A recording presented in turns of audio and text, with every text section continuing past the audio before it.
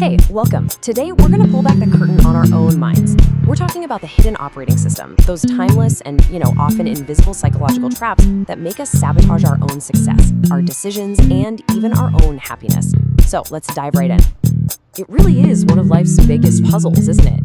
We see these brilliant people in the news, in our own lives, making just bafflingly bad decisions.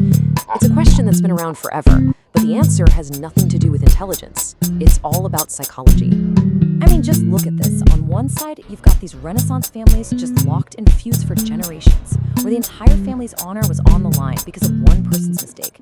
And then, on the other side, you have modern corporations like Westinghouse, where accountants were knowingly cooking the books, signing off on terrible loans because the system paid them to show these phantom profits. I mean, different centuries, different outfits, but it is the exact same story. Human behavior getting predictably twisted, and there's a common thread running through all of it. So, to really get that common thread, we're going to lean on the brilliant mind of investor Charlie Munger. His whole idea is that our brains did not evolve for this modern world of spreadsheets and stock markets. Nope, we are running on some much, much older software. The way Munger sees it, our minds work using a set of simple, pre-programmed shortcuts he calls tendencies. Think of it like an ant that just responds to a few basic chemical trails. Now, these aren't necessarily bugs or flaws in the system. They're mental shortcuts that helped us survive for thousands and thousands of years. The key isn't to fight them, it's to finally, read the user manual. So let's jump into the first and, honestly, the most powerful piece of code in our mental software. This is the one Munger says he has always underestimated, even when he knew how powerful it was. The overwhelming force of incentives.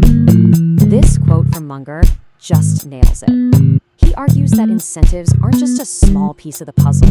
They're pretty much the whole game. They don't just influence how we act, they can completely change how we see reality itself. It's a superpower that can be used for some incredible good or for some truly spectacular failures. Now, check out how this can create an amazing win-win situation. You've got this Indian company, ITC, that wanted a steady supply of soybeans. And you've got these farmers who wanted fair prices, but they were just getting squeezed by middlemen. So what did ITC do? They simply installed a computer in the village. That's it. It gave farmers access to real-time market prices, and suddenly everyone's incentives were aligned. The farmers made more money, and ITC got a better, more reliable product. Just a brilliant, simple solution.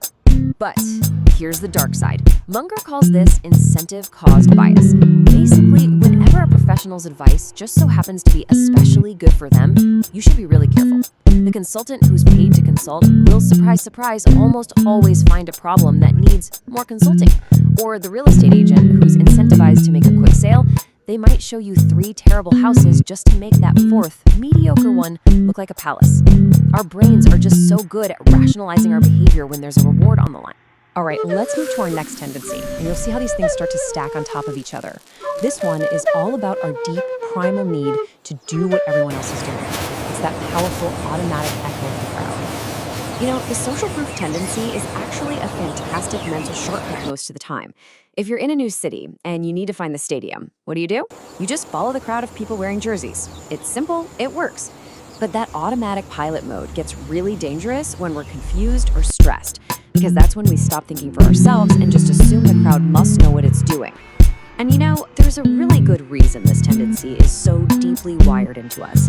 It's basically the glue that holds society together. Things like fairness, honesty, cooperation, they all exist because of social proof. We follow these norms because we see other people following them, and that creates a stable community. It's a feature, not a bug, right up until someone figures out how to exploit it. Okay, so check this out. This experiment from the psychologist Robert Cialdini is just brilliant. It shows how this social programming works. Imagine you're a college student. A researcher comes up and asks, hey, will you chaperone a group of juvenile delinquents at the zoo? About 1 in 6 people, 17%, said yes. But what if they first ask for something totally unreasonable? Like, will you counsel these kids for 2 years, every week? Everybody says no to that, of course. But then the researcher follows up with, okay, well, how about just that 2-hour zoo trip? The acceptance rate shot up to 50%. It tripled. By making a concession, they triggered our brain's automatic need to return the favor. It's a social reflex. Okay, let's get into one of the most powerful emotional forces baked into our mental software. Munger calls it the deprival super reaction tendency, and boy, does it explain a lot of our irrational behavior. To put it simply, we hate losing things. And that also goes for something we almost had. You know that feeling? If you're about to win a prize and it's snatched away at the very last second, the pain you feel is just as intense as if you'd owned it for years. This irrational, super intense reaction drives everything from petty fights at work to people losing everything gambling. This is such a great way to visualize it. The amount of pleasure we get from gaining $100 is completely dwarfed by the amount of pain we feel from losing that same $100. In fact, psychologists have found that the pain of a loss is about twice as powerful as the pleasure of a gain.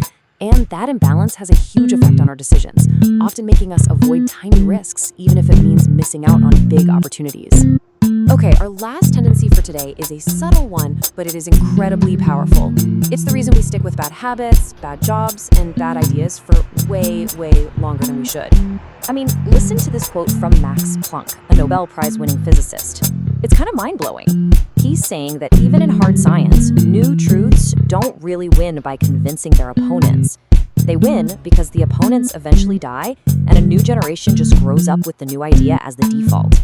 That is how deep our resistance to changing our own minds really goes. Munger's explanation for this is pretty cool. He says the brain is just trying to save energy. Once an idea or a habit is formed, it gets locked in to save programming space. And what's the result? We all collect these fixed ideas and attitudes that we almost never go back and re-examine. These become what Munger calls the chains we forge in life. So let's make this real for a second. Take a moment and really ask yourself, what's that one belief you have that feels like it's part of who you are? A political stance? A diet? An opinion about a rival sports team? Just recognizing that mental chain, that's the first huge step. So what do we do with all this? I know it might sound a little bit depressing, but it's actually the opposite. It is incredibly empowering. This knowledge isn't about judging ourselves. It's a toolkit. It's a new lens we can use to see reality a little bit more clearly. Think of this as your mental cheat sheet. When you're facing a big decision, just run through this checklist in your head. Ask yourself, okay, what are the incentives at play here? Am I just going along with the crowd? Is my fear of losing something, even something small, clouding my judgment? And am I holding on to an old idea just because it's familiar?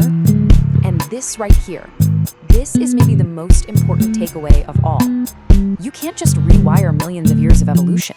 The goal is not to get rid of these tendencies. The goal is just to recognize them when they kick in. That awareness right there, that's what gives you the power to hit pause, to think, and maybe choose a more rational path. Munger loves to use this haunting quote from A Christmas Carol. The heavy chains that were weighing down Marley's ghost, they weren't put on him by somebody else. He built them himself, link by painful link, through all of his bad habits and his fixed ideas. It's a really profound question to end with. By understanding these hidden traps in our own minds, we get the ability to actually see our own chains. And maybe, just maybe, we get the wisdom to stop forging new ones. Thanks for joining me.